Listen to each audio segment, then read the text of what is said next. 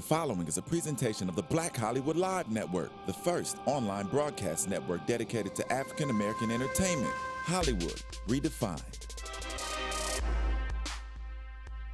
From Los Angeles, California, streaming live thanks to Akamai Technologies, this is Black Hollywood Live, the branded athlete, featuring in-depth interviews with and commentary on today's biggest and most successful athletes.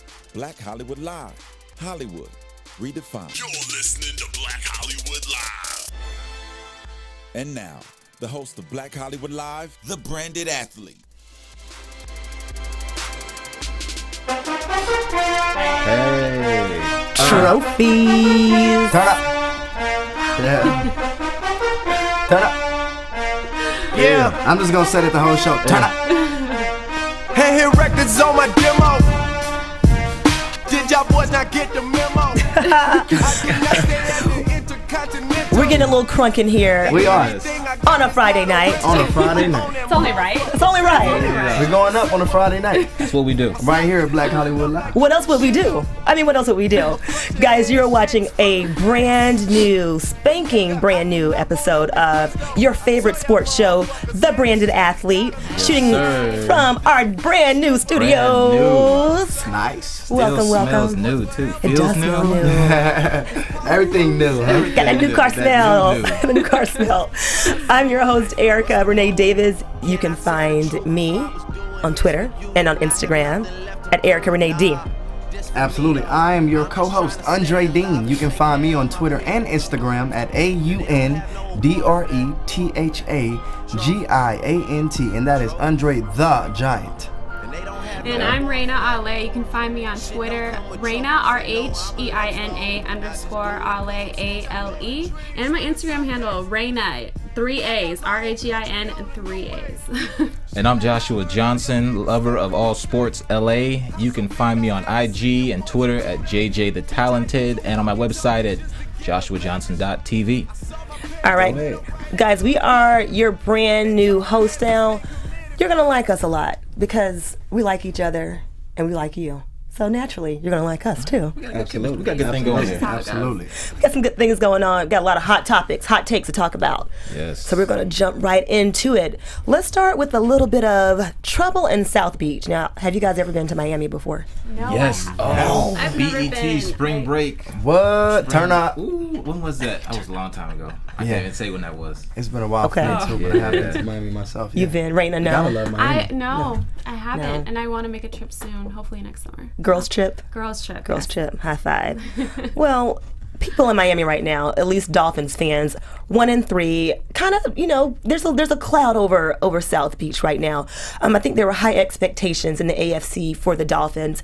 And Ndamukong Suh, $114 million off-season man, Highest paid defensive player. has not lived up to the hype. And not only has Ndamukong Suh not lived up to the hype, the Dolphins fired Joe Philbin this week. They're also cleaning house. They fired defensive coordinator Kevin Coyle. They got their butts handed to them in London town over the weekend, 27-14. How are you gonna let Ryan Fitzpatrick rush for 40 yards? So I don't know. What do you guys think is the problem in Miami? Oh, forgot to mention Ryan Tannehill. Oh, the comments he made in practice. Ryan Tannehill. So Ryan Tannehill, if you guys don't know, but you probably do, made some very snide comments to his practice squad. He got a little upset that the practice squad members were picking his balls off. That sounds a little... Pause. I'm just kidding. Take a pause for that. Yeah, reword that. Yeah, Tannehill got upset with his practice squad members for intercepting his passes. There you go. There you go. Like that. You like that better. And so he said to them, enjoy your practice squad paycheck, enjoy your practice squad money. So from Tannehill being just a moral defector to Joe Philbin getting fired to Ndamukong Suh being the $114 million man and not living up to the hype. What can the Dolphins do? Can they turn this around? That's hard to say right now, but let me tell you how I think it went. Here's how I imagine it went with Tannehill in practice. So as I was reading, the coaches actually told the practice players not to make a play for the ball. They did anyway. So Ryan Tannehill throws a few interceptions. the practice squad probably gets a little crunk and excited. Of course. And, one of them makes a comment. He says, hey, don't get mad at us. You're getting paid all this money. You should be making the passes and making the throws where they're supposed to go. And so I imagine Ryan Tannehill was probably like, well, you guys are playing a little bit too much for your little paltry practice squad your little salary. paltry $150,000 practice squad, but okay. Well, to him, you know what I mean? Like, okay, you guys are going all out for this little... in general, though, is it's all about nothing is ever going to be right with that team until they get right within themselves. If you're a team and you're arguing with your players on and off the field, you're arguing with your coach, the coach just got fired. It's so much stuff going on right now with that program. You really can't blame any of them for the stupidity stuff that they've been doing. I mean, because there's no leadership. The quarterback, coming from the quarterback, you shouldn't be saying anything but encouraging words to the scout team, because they're there for one reason. And that's to make you better as a quarterback. That's it. That's it. Even whether they're intercepting your balls or not, they're making you better as a quarterback. And like you said, you wouldn't find a Tom Brady or any of those type of quarterbacks speaking to their teammates like that. And until they fix that internally, they're not going to win any games. They got to find a coach. That's where it starts. They got to find a coach who's going to fix that and say, look, guys, we're a team.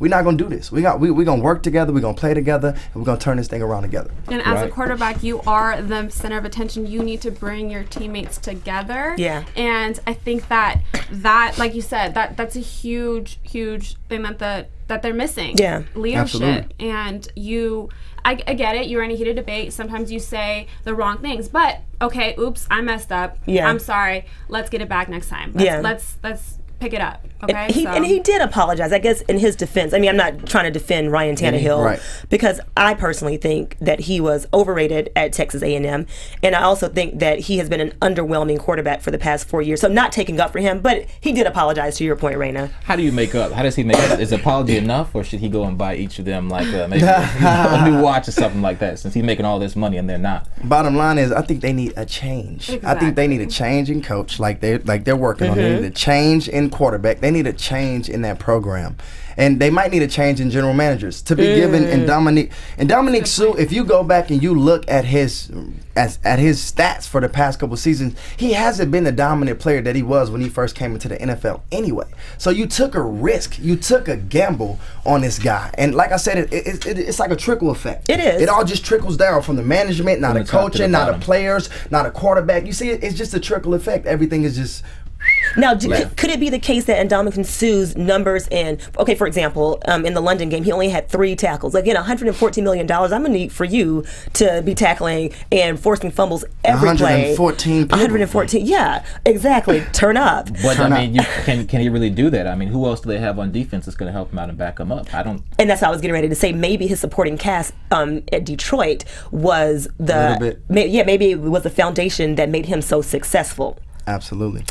Right. I don't know. I'm speculating. Totally agree with you. Just revamp the whole program. They got a new coach in there. The tight ends coach is now the interim head coach. Stepping in. What's that? He's stepping in for. He's stepping in right now. Okay. Yeah, he's stepping in right now. So he's the coach right now, and it's always weird when a team fires their coach like in the middle of the season like that. It is. So it's kind of like. You fire the head coach and everybody. It's like a scramble. What happens now? It's tough. Yeah, it's going to be really tough to build them back up. So. 1-3 start. I mean, it's not. It can be turned around, but in Miami, I don't think so. Yeah, it's already enough distractions in Miami. I would think. You know what I mean? Like with just everything, with South Beach, everything. And by the time me and Rheina get there, they're gonna be 2 more distractions. Okay? Don't hurt music. Yeah. All right. Now, I don't know if you guys play fantasy football. Do you guys play fantasy football? Absolutely. Yes. Girl, yes. I'm in 2 different leagues. I'm playing weekly fantasy. So Dre, you play? Oh, absolutely. Of 2 different leagues. The same thing. Super disappointed about Marshawn Lynch not playing this week. Yeah. I don't have no backup running back right now. Look at this. I had Arian Foster, who's now back, but I had Foster, Todd Gurley, Tony Romo, and Des Bryant. Oh, Like, brother, you man. having a hard time right now. But let's say I'm second place in my league right now because I hit the waiver wire, I hit the trades. I'm good. I'm a fantasy football guru. Then this is probably going to be something that's right up your alley. And Rheina, this will be up your alley too, because if you don't play, you can join DraftKings to play fantasy football. So basically, DraftKings allows you to not have to make the 16-week-long commitment. You can do a new fantasy football team literally every week, and their prizes $1 million, I believe, every week. There's $1 million prize, and the top prize is $2 million. So sign me up. Sign you up. Right, and that is make a team. awesome because we all know how time constraint this fantasy football can be. So that's cool. You can kind of chime in when you want to and chime out when you want to. That's right. Cool. And so guys out there watching, make sure if you don't play fantasy football, you need to start right now. And you need to start with DraftKings.com. Turn up. And believe it or not, the code is not turn up. The code is black. So when you go sign up for fantasy football at DraftKings.com, use the code black so they will know that we sent you, and they will know that we want you to win $1 million, $2 million, and split it with us. Thank you. Split it with us, please. And it's really fun. It's fun. So you can pick your players each week and have some fun with that, and not be committed the whole season. It's great. Yeah, absolutely. Speaking of seasons and stuff, college can we talk a little college football? Do it. You don't have to? Yes, we have to, because my TCU Horned Frogs are the #2 team in the country right now. Overrated. OMG, look at this. So who's your team? Tell me who's your team since you're talking about mine. Who's your team? GEORGIA. Go. Okay. I'm a bitter dog. I'm hating, but go ahead. Do your thing. I'm not going to interrupt you. So first off, we got Ohio State. They are going up against Maryland this weekend. Now, it really shouldn't be it shouldn't be a tough game, should I say, because Maryland is not having a very good season. They are 2-3 right now. Now, Ohio State is at home as well, so that's you kind of anytime you're playing at home, you already got the advantage. And Maryland is not a very good team. They can definitely be beat. What you thinking? Especially by the long ball. Cardell Jones has not been having success with his arm thus far, but I think this will be a good game where he can get that long ball back and beat Maryland with the long, deep passes, most definitely. All right, what about you? I'm team underdog, so whoever isn't picked to win, I always Maryland. go with So you going with Maryland? I will go with Maryland. So we'll see next week. Maybe we'll be talking about Maryland, the upset. That'll be a crazy one. I'm not going to make a strong pick for that one. I'm going to just throw it out there. I would love it, though, if Maryland won, but I wouldn't be surprised because Ohio State has been playing pretty poorly. Like last week against Indiana. It's true. I mean, so anyway, I'm going to pick Ohio State to win. That could be a possible upset right there. Yeah. Okay, so now we're moving on to TCU and Kansas State, which is the #2 team. You know, there's only 4 teams in that top 4-team playoff spot, and #1 is Ohio State. #2 is TCU, 5-0 right now, having a pretty good season. Now, even though I went to TCU, I'm not going to sit up here and say that they've been playing phenomenally, because they haven't. That Texas Tech game? Yeah, you know, they have it. The defense is really, really suspect. They got a bunch of new guys. All the linebackers are new. Right, so they graduated. They only had 2 returning starters on defense, which is really, really, really difficult for a defensive-driven team. But you guys got a chance to check out TCU any at all? I've watched TCU play every week. Yeah, and especially because you guys you think you got screwed last season with the. No, I don't think we got screwed. I think if you lose, you lose. So the only way to for sure invest in a spot is to have in the playoffs is to have an undefeated record. Well, no, that and to have a championship team, like a championship game, because you guys don't have a championship game anymore, that is true, and that's Big a disadvantage. 12. So as long as you guys don't have a championship game at the end of the season, peace out. Yeah, I can dig that. And this is another thing. So we got Baylor #3. So Baylor we got Big 12, TCU #2, Baylor #3. Going right back to what you said about the playoffs, that's where you're going to come into a problem. Because even if Baylor beats TCU or TCU beats Baylor, at the end, it's hard. How can you bump them all the way out of the top 4 when they lost to a top 4 team? That's true. You see what I'm saying? And that's where the playoff system is kind of foggy. Fails a little bit. And it sucks the fact that they don't have a championship game like the SEC does, right? Yeah, like I think Big 12 is the only power conference that does not have a championship game. They are. Give it the program. How good would that be if they did, though? That would be intense. It would be really, really intense. And it's necessary, I think. It's extremely necessary. We'll see. You know, they're making changes every day. They are making changes. Every year, yeah. You know what I mean? So hopefully it'll change down the line. I could see that happening. And in that number 4 spot, we got Michigan State. They're undefeated, 5-0, and they are playing at Rutgers against Rutgers, who is 2-2. Again, don't really see any trouble, any red flags there. I think it's just a matter of being consistent. But one thing I will say about the top 4 is whenever you're on the top, everybody is gunning for you. So you got to always stay on your game and come out every week and do your thing. No, for me, no major upsets, I think, except maybe in that the TCU Kansas State game. Maybe, yeah, maybe. I can see Kansas State pull that off. The only upset I think that's happening this week is what happened last night. Oh my God, let's talk about that. USC and Washington? Yeah, let's talk about that. OMG. First of all, 17-12. 14. Was it 17-12 or 14? 17-12. 17-12. An extremely low scoring game for USC is supposed to be a pretty high-powered offense, right? They've been putting up some points. Cody Kessler. They've got a great offense, but the thing is, they don't have a great coach, in my opinion. And ironically, Sark came from Washington. Yeah. Go ahead, Rheina. I'm sorry, I didn't mean to interrupt you. No. I was just going to say that Washington came back. They obviously had some momentum, or that hyped them up a little bit because, you're playing against their coach, so... Absolutely. Definitely some little pre-game hype right there. Now, Cody Kessler, he threw 2 interceptions. Anytime you throw interceptions, you're not putting your team in a position to be successful. Of course Period. not. Anytime you turn over the ball, right? Am I wrong or am I right? You're right. You're absolutely right. But I think at the couple of points that he threw the interceptions, what I'm saying is that the Trojans should have run the ball more, I think. A couple of their times when they went 3 and out with all passing plays. They should have run it. Absolutely. Is the main thing. And so I think that was a bad coaching decision.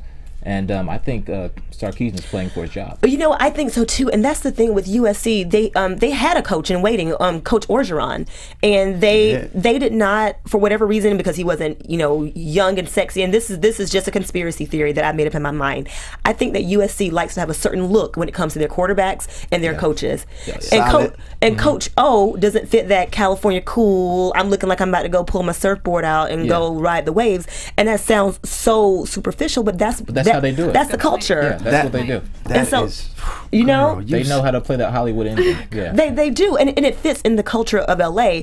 But now you have other teams other conferences who are now recruiting quarterbacks who can pass just as well as Pac-12 quarterbacks can, and who have receivers just as good as Pac-12 receivers. And so now you can't just be going for the California cool Pete Carroll look. You got to have a coach. And then it puts your team in a really tough position, because when you're constantly switching coaches year in and year out, that chemistry is extremely important between the coaches and the players. That relationship is hands-on, and it's really tough for a team or a program to, especially when they're coming off of the suspension, not being able to play, not being able to be in the playoffs, no bowl games, etc. You got to be smart when you're picking the guy to come in. It can't be about anything other than who's going to be the best coach to put this team in the best position to be successful. Absolutely. And maybe they're not doing that, but we'll see. But USC, I'd say it's safe to say that they are probably absolutely 150% out of the playoffs this year. There's 2 losses so far. Yeah. Stanford, Washington, they're done. And I think, what do you guys think? I think this is the last we see of this coach. You think Sark is going to get fired at the end of the year? Yeah, absolutely. You think so? Yeah, I don't think they're going to give him another. Are they going to give him? I don't think he's even won on any level. Like, has he really had? He was subpar at Washington. Okay at Washington. I think he was like 8-8 guy, or not 8-8. He was better than the last coach. He was better than the last coach. Yeah, he gave him a little bit, little win versus the last coach. But outside of that, USC, boom, bye. Sorry. Are they going to give him the Lane Kiffin treatment? You know how they had the plane waiting on Lane Kiffin after I think it was the Arizona State game after Berkovici and that Hail Mary last year. They had the plane waiting for Lane Kiffin. They were like, "Don't go to your office. We've already cleaned it out for you. Go straight home." I hope they don't. I hope they're not doing like that. All right. Now, Rheina. Yes, so let's talk about the greatest sport in the world, basketball. Absolutely. Yes. Sorry, basketball. And even better, women's basketball. So right now, the WNBA finals are going on between the Indiana Fever and the Minnesota Lynx. Right now, series tied 1-1. Indiana Fever took the first game, and Tuesday night, Minnesota Lynx bounced back and took that win. So tonight they play each other at Indiana. It might be. It might be. Yeah, I think it's on right now. Yeah, it's going on right now. So I know both games were pretty tough. The first game, Coach Reeves at Minnesota, she was complaining about the guard play and how scrappy and how aggressive they were with the Lynx guards, and the refs weren't calling enough fouls. So Indiana Fever took that game. But then on Tuesday, the Fever's best player, Tamika Catchings, had 2 quick fouls in the beginning, and she was in foul trouble. So it kind of went to the Lynx side that night. So yeah, their advantage. So Yep. Third quarter foul trouble for Tamika Catchings. So she was playing kind of tentative, I think. But then their coach Stephanie White, right, yes. For the Fever, she made some comments about the refereeing after the game, the officiating, saying that it was a little unfair, not in their favor, and believed that Tamika Catchings, being a veteran as she is, she should have gotten some better calls. That's good to know that somebody else complains outside of LeBron James and about the referees. Oh, boy. Bad refereeing is bad refereeing. You got to call it in any sport. What I want to say is I'm disappointed in myself, and I'm disappointed in where we are today, because sadly, I had no idea that this was going on. Yeah. And I am honestly, I'm a basketball fan. Me More too. so football. Me too. But any basketball, I'm a fan. And I really think that they are slacking and lacking in the media and making sure that people know about when these games are going on. I mean, because you can look on Instagram, you can look on Twitter, you can look on anything, and you got Bleacher Report, ESPN, Fox Sports, and everything. they're dishing it and they're pushing it out, but they're not doing the same thing, I feel like. And you played basketball. I did, yeah. So. And I agree 100% with that statement. I played basketball at the University of San Francisco, and even in a mid-major school like that, our men's program was just advertised throughout the city, and you wouldn't see not one poster about us or even passing out flyers for our games on campus. So that happened in the mid-major schools, but here for the WNBA, the finals are going on right now, and I haven't seen a lot of commercials or anything going on. I think I've seen one. Exactly, and that's I think what our problem is for the WNBA. Advertisement, marketing, it's terrible. If the NBA finals are on right now, every single commercial, not only for teams maybe, but like individual players, like Chris Paul, I have a couple commercials going on, Steph Curry, LeBron, and I think that's what we're missing for women's basketball. I'm going to play devil's advocate, and you're going to... Go ahead. Okay, so, again... I'm like you, Dre. I love basketball. I love really all sports. I mean, I will go home and watch baseball in a few minutes, and then I'll watch hockey tomorrow. The Astros playing tonight. You know, Dodgers, Warriors. But when it comes to women's sports, and this is a generalization, I feel like the reason we don't see the commercials and the marketing is because they don't make any money. Thank you. That was going to be my point. And it's like, I'm not, and from a business standpoint, I don't care if it's basketball or selling street meat at the, after the club on the street. Yeah, right. If it's not making me any money, I'm not going to invest any money into it. It's a business. Yeah, I agree. Exactly. And the issue with the WNBA right now, some players are going overseas instead of playing the WNBA season. For example, Diana Taurasi, one of the greatest players in WNBA history, in my opinion. I grew up watching her. She's one of my favorite players. Her team in Russia paid her $1.5 million to sit out the whole season and just play for Russia. I mean, that's something I would take. Candace Parker needed to take some days off because she's resting. I mean, and she was fine enough to do that. So also with the WNBA, their season ends. Players will go overseas 2 weeks after their season's over because the WNBA season's all summer. Yeah. And then overseas season usually starts around September. So they play for their team here in the WNBA, and then they go and play another season overseas. Some players have contracts. For example, one of my friends, Chelsea Gray, she plays for the Connecticut Sun. She finished her season in September, came home for a week, and then was on a flight to Spain, and now is playing in her season. To go make some real money. To make some real money. And she's exhausted. I mean, she's playing back-to-back games. They travel a lot. I mean, and I think that has everything to do with the WNBA. Like, their season is just compacted into 3 months. Like, that's tough. But I say go to where the money is. Yeah. I mean, for those players who can do that, go to where the money is, because obviously... obviously the marketing is not there. Like you said, Erica, it's a business decision. If you're not getting the eyes, if you're not getting the ratings, if you're not getting the people buying the tickets, coming to the games, then why would you invest the money into something that's not giving you a good return? And this is going to sound misogynistic. This is going to sound like so anti-feminine. And Lord, ladies, just spit it out. Like, spit it out. Turn up. WNBA is not sexy. Okay. It's not sexy. Beach volleyball is sexy. I like to see Serena's butt, on the court. To see that too. I like to see Maria watch Sharapova's women's legs and her maximum spreads. I like to see, I don't know. I mean, softball, the track girls with their thighs and their glutes and their butts. And people watch those. It's not sexy, and I hate to sound like such an anti-feminist person, but when we look at women, we want them to be beautiful and sexy. And I'm not saying that WNBA players are not, but when you look at the stereotypical ideal of sex and beauty and appeal, that's not WNBA players. And it's frustrates me. Like I said, no, but I'm not for. But you're right. And the thing about it is, okay, for example, Skylar Diggins, beautiful. She's very good. She's sexy. Is bomb. Okay, bomb. Skylar Diggins. Lil Wayne said. Yeah. So she's amazing. And she didn't get famous because of her skills. I mean, she's a great player. But why? She was Lil Wayne. Oh, shouting yeah. her, Chris Brown, who's number 4 for the Notre Dame Irish. So then they shouted. They were like, "Oh, who's Jay-Z. that?" And then exploited her on social media, like, "Hey, this girl's fine, whatever." And so Skylar Diggins is the reason why people pay attention to WNBA, in my opinion. Like, oh, Sky's playing? Shoot, let me watch this just because it's Sky. You know what I'm saying? And then on the other hand, on the other hand, Brittany Griner. Yeah. So she's Brittany Griner. So she but she's getting a lot of media.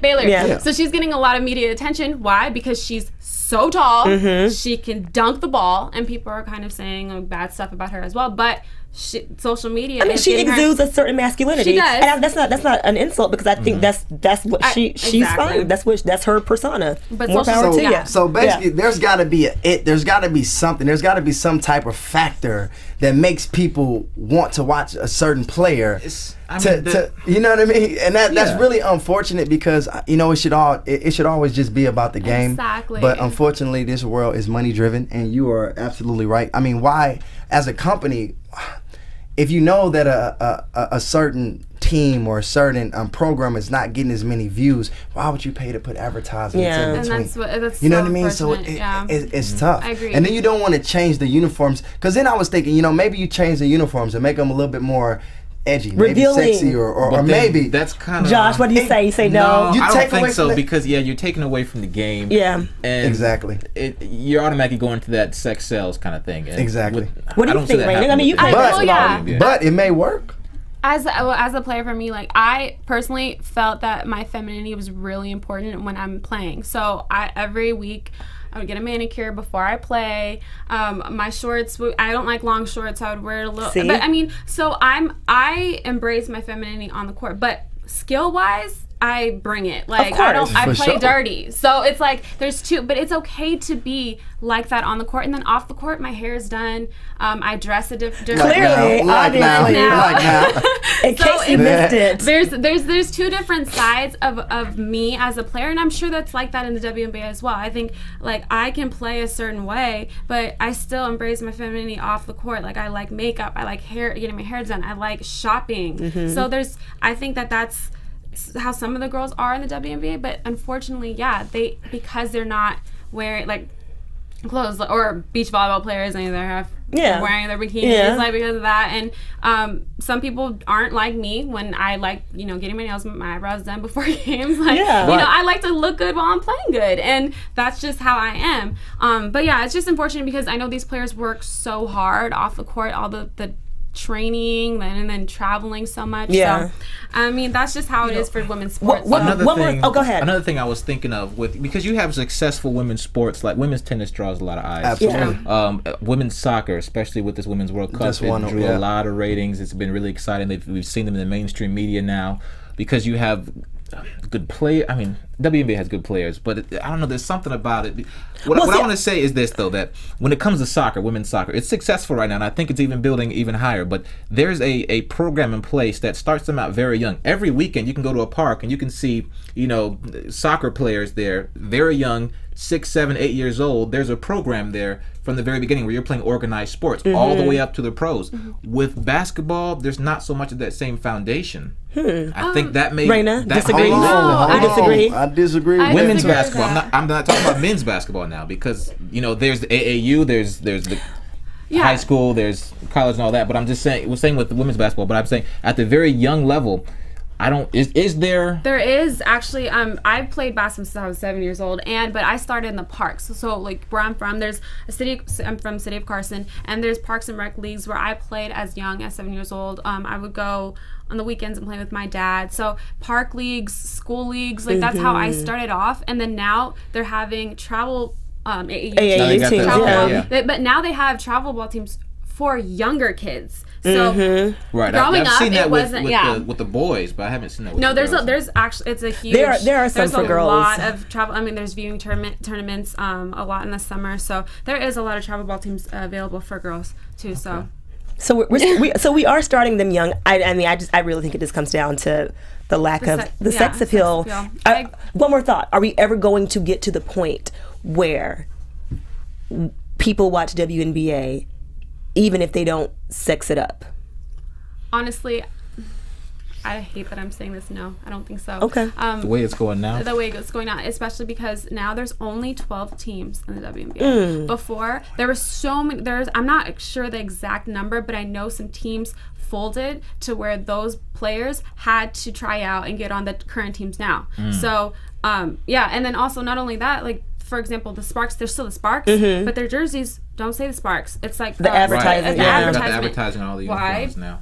Because they can afford it. So the money is an issue. Like it's. I got a question for you too, just Ben. I don't know, we don't want to go too on about it, but do you think that it's worth? Like, do you think that the as a female player, would you be more excited about playing in the WNBA, or would you be more excited about playing overseas if you got that opportunity? So after college, I was actually going to go overseas and play in England, but I would love to play. I want to play in the States and represent like Los Angeles and play for, I mean, I know I won't get play. Yeah, go for the home team. Like that would be my preference. Like I would love to play for a city like LA back then. I mean, I'm not playing anymore, but back then I would love to play for the Sparks. It was my dream to play for the Sparks. So, but at the time I didn't know about the money. Like I just make some money. Exactly. But because I love the game so much, and I had the opportunity to play for the Sparks, I would play for the Sparks because that was my dream as a little girl. So, yeah. And then I would go overseas after, since the season is only in the summer. I would try to do both. Yeah, of course. You got to Sparks first, and then go. I mean, if I love the game so much, I would keep playing. So, give me some. I know. I hope it doesn't go away. So I hope it doesn't go away either. Speaking of basketball, you basketball junkies out there, go talk about greatest sport in the world. Kobe. Basketball is coming back in a few weeks now. 50 we'll years have the start old. of the season, and of course we have KobeBryant coming back as one of the main stories in this new season, main storylines. After 3 injury-riddled seasons, he is coming back. He's been given a clean bill of health by the doctors, and he's on the floor, ready to do it this season. But the one thing that happened this past week, the hot topic, is that ESPN, as they have done for the last 5 years, they came out with their We Hate Kobe smear campaign, also known as the NBA ranking, and they ranked Kobe 93rd best player in the NBA this year. That's what do you guys think about that? That's appropriate. That's appropriate. That's appropriate. To be honest, this man ain't played a season since I was 15, man. Now, a full season without getting hurt, without getting injured, and like she said, it's wear and tear on your body. It's no way he's the same player that he is today that he was 4 seasons ago. He may not be. He shouldn't be treated that way. But he shouldn't be put on a pedestal that way. Listen to this though. There are not 93 better players in the NBA, let alone in the world, better than KobeBryant. Thank you. I will agree. I don't on know that. if I can agree. But you can't say that until he steps on his field. Every year you are a new player. Every year you got to come out and prove yourself and do what you have to do. Let me give you some perspective if we're talking about new players. Because let me just give you a few of the people who are ranked higher than Kobe. There are 93 better players in the West alone than Kobe. I don't know about that though. But now I have a few players here who are ranked higher than Kobe. Let's see if you recognize some of these names. Some of you may not. I have Robin Lopez. Ranked higher than Kobe. Timofey Mozgov, the Cleveland Cavaliers. No, not Mozgov. Ranked higher than Kobe. I would say him over. See, I take Lopez. Here's the thing: Jahlil Okafor, No. Karl Anthony Towns. These are rookies who haven't even played who haven't stepped on the floor yet in a regular season NBA game. I think how are you going to rank them higher than Kobe? They haven't even played yet. So these are rookies coming into haven't played yet into the NBA. Coming into the NBA. I mean, but look at their stats from last season and look at Kobe's stats College from last stats? You season. can't It doesn't matter. It doesn't matter. It doesn't matter. It's a whole different Kobe ballgame, is though. statless for like the past 3 That's seasons. what I'm saying. Like that's these things are all about rankings and numbers and all that kind of stuff. It's not like some one person is sitting at the table saying, you know what, I think KobeBryant is the 93rd. I don't know. It's- I think the way ESPN's been treating Kobe for the last few years, I think there's somebody doing that. Rheina, Because they have it out for him. Like they talked about the rankings with Kobe. I think it was last night. They're like, oh hey, someone yelled out, you're not number 93, like you're better than that or something. And then somebody asked him about like, what do you think about rankings? He's like, don't ask me about that silly stuff because I don't think I think the rankings are stupid. Like, first off, there's rankings. They start rankings as young as high school. Like, they'll have projected, the draft list, like who's gonna go top in the league. Like, they're drafting high school boys, and high school boys are paying so much attention to their ranking. Like, number 1, oh my God, I gotta get top 10. I gotta get top 5. And they think because they're top 5, they're gonna get drafted. And that's just a mind game that you're instilling in these young boys. So I think rankings are just. They're stupid. Like KobeBryant, come on, you don't. I don't think that they're name these people. stupid, Listen, but I think they on. don't mean as much.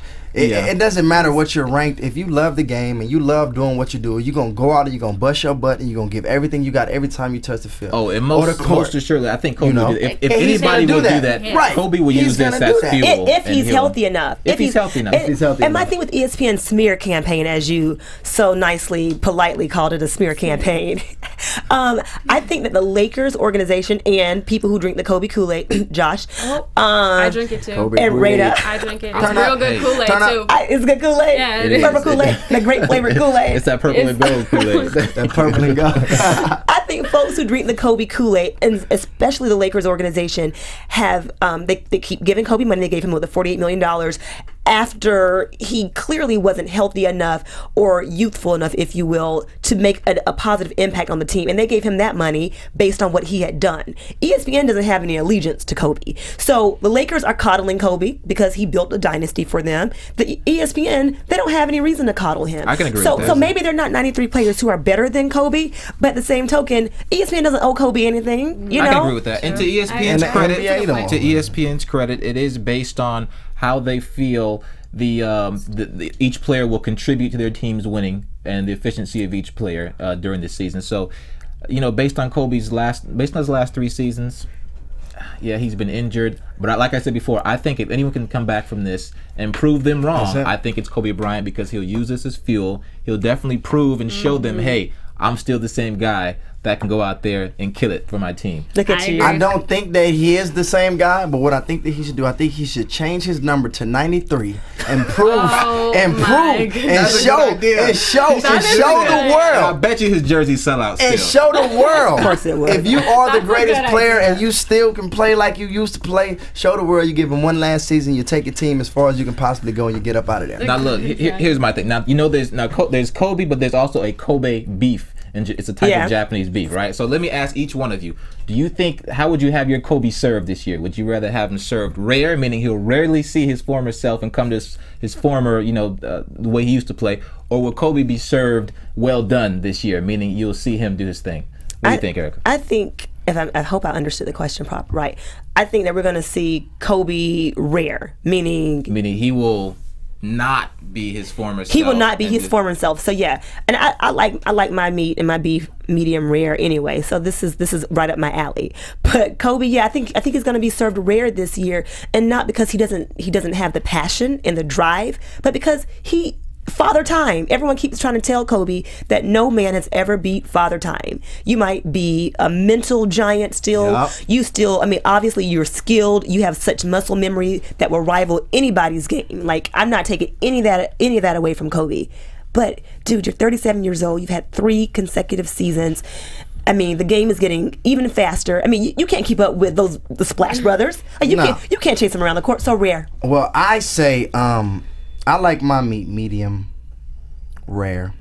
pause, but I say burnt, because I think that he is burnt out. I think that he has gave everything that he can give to the Lakers and to himself as a player, and I really think for his health and for his safety, I think this should absolutely be his last season, and he should be satisfied and happy with what he's accomplished in his career, because he's one of the greatest players to ever touch any field or any court or anything in this world, which, and I do believe that. But I think he's burnt out.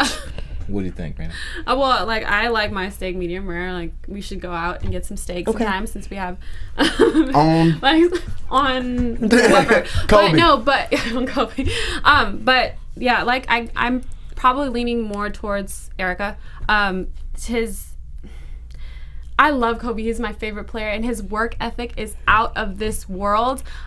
He's not going to be the same player that he was. I get that he's older. I think this has to be his last season, but he's going to give it all he has. Last night he played for 20 minutes and he had 16 points. I mean, it will come to him. He just won't be as quick enough. He won't have that fadeaway jumper like he used to do back when he was in his 20s. But I mean, it won't be as consistent, I think, because you definitely need a lot of legs for that. Yeah. So here's the thing. So now you got how do you want your meat? I think. Pause. You think what? I want. I imagine Kobe will come back well done. Meaning, I think that. Here's what I'm saying. I'm not saying Kobe will be Kobe of 2001 or 2010 even. I'm saying Kobe will re-engineer his game, and he's going to perfect the finer points that's going to allow him to score even at the age that he is. I think he's not going to be the Kobe that's going to take it down the lane and dunk it on somebody. Right. But he's going to be the Kobe that picks and chooses his spots, that plays for his team, goes out there and gets the assists, makes the extra pass when needed, and he's going to hit the big shots when it comes down to it. I disagree. I think Kobe will. He might be a liability on defense, but I think he will pick and choose his spots and play efficiently. I want to see Kobe play very efficiently this year, and I think he can do it. I think Kobe is too much of a control freak to pick and choose and to re-engineer his game. I think that he, you know, we always say Derrick Rose needs to, you know, re-engineer his game so he can have a longer career. I think that that's the same thing that Kobe needs to do, but I think he looks at that as failure. I think he looks as, if I can't play the way I did in 01-02 or 00-01-02 in 2010, 2012, whatever, I think he looks at that as, man, I'm not my old self, so that's failure. Therefore, I think he's going to be out there fussing with Byron Scott, trying to play 37 minutes and get re-injured. That's just my bold prediction. What's interesting about that is I read an article before that he's actually D'Angelo Russell, their rookie.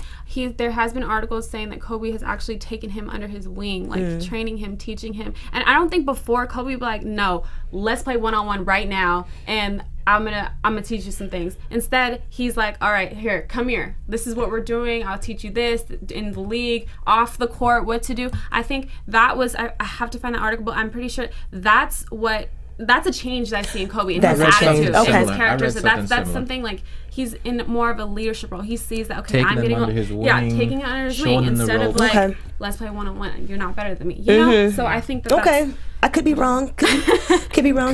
Could be wrong. All right. Any last thoughts for today's episode of The Branded Athlete? This was a great show. It's a great show. Branded Athlete. Look, do we want to talk about it?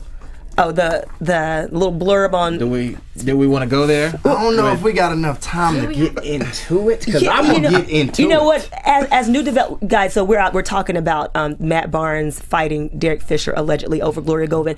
We delved into it before the show, but you know what? Let's go into it next show after we get more details, because you know, I'm with that. Let's do it. Let's hope some more details emerge on that one. It's definitely an interesting story. You know, I'm doing my research. You know, let me see if the baller alert today.